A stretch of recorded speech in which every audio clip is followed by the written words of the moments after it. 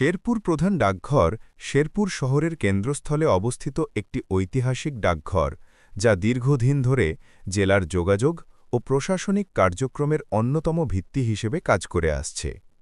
British আমলে ডাকসেবার সূচনা হলেও শেরপুরে ডাকঘরের কার্যক্রম সুসংগঠিত হয় ১৯ শতকের শেষ দিকে। তখন চিঠি, খাজনা ও সরকারি নথিপত্র আদান-প্রদানের জন্য ডাকঘর ছিল অপরিহার্য মাধ্যম।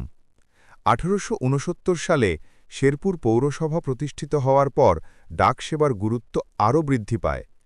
পরে ১৯৮৪ সালে শেরপুর জেলা ঘোষণার পর এর প্রশাসনিক ও সামাজিক কার্যক্রম প্রসারের ফলে প্রধান ডাকঘরের ভূমিকা আরও বিস্তৃত হয়।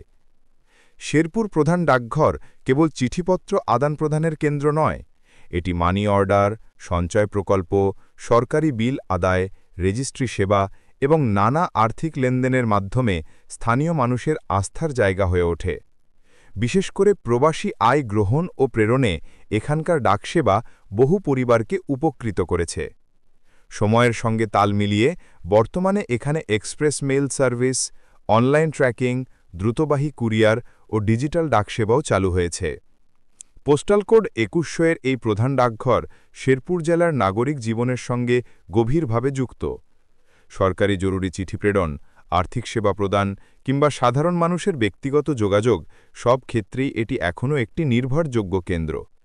শেরপুর প্রধান ডাকঘর তাই শুধু ডাক বিভাগের একটি প্রতিষ্ঠান নয়, বরং জেলার ঐতিহ্য ও উন্নয়নের ইতিহাসের অংশ।